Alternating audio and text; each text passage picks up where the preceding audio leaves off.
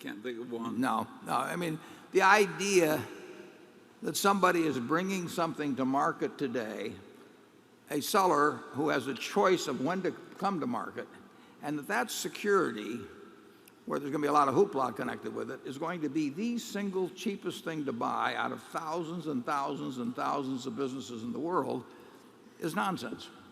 So I mean, and when it carries a 7% commission, yeah, or higher, it's ridiculous. Yeah, it's ridiculous. So you know it can't be the most attractive thing. Now,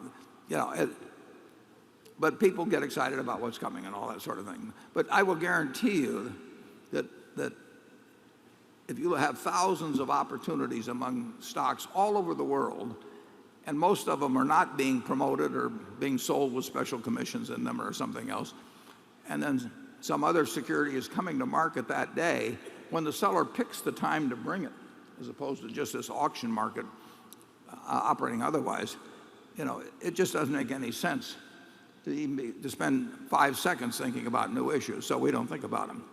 And we also, there's industries we know they may have a wonderful future, but we don't have the faintest idea who the winners will be. So we don't think about those either. So there's a whole lot of things we don't think about. And Charlie and I have a number of filters that things have to get through very quickly before we're willing to think about them. And sometimes we're thought of as rude. Probably Charlie's thought of that way a little more often than I am. Sometimes we're thought of as rude because people will call us and they start explaining some idea to us, and it just doesn't make it for the first filter or two. And so we think we're saving their time if we just politely say, that we just have no interest and we don't want to have you finish the sentence. But we do that, don't we? Yes. Yeah.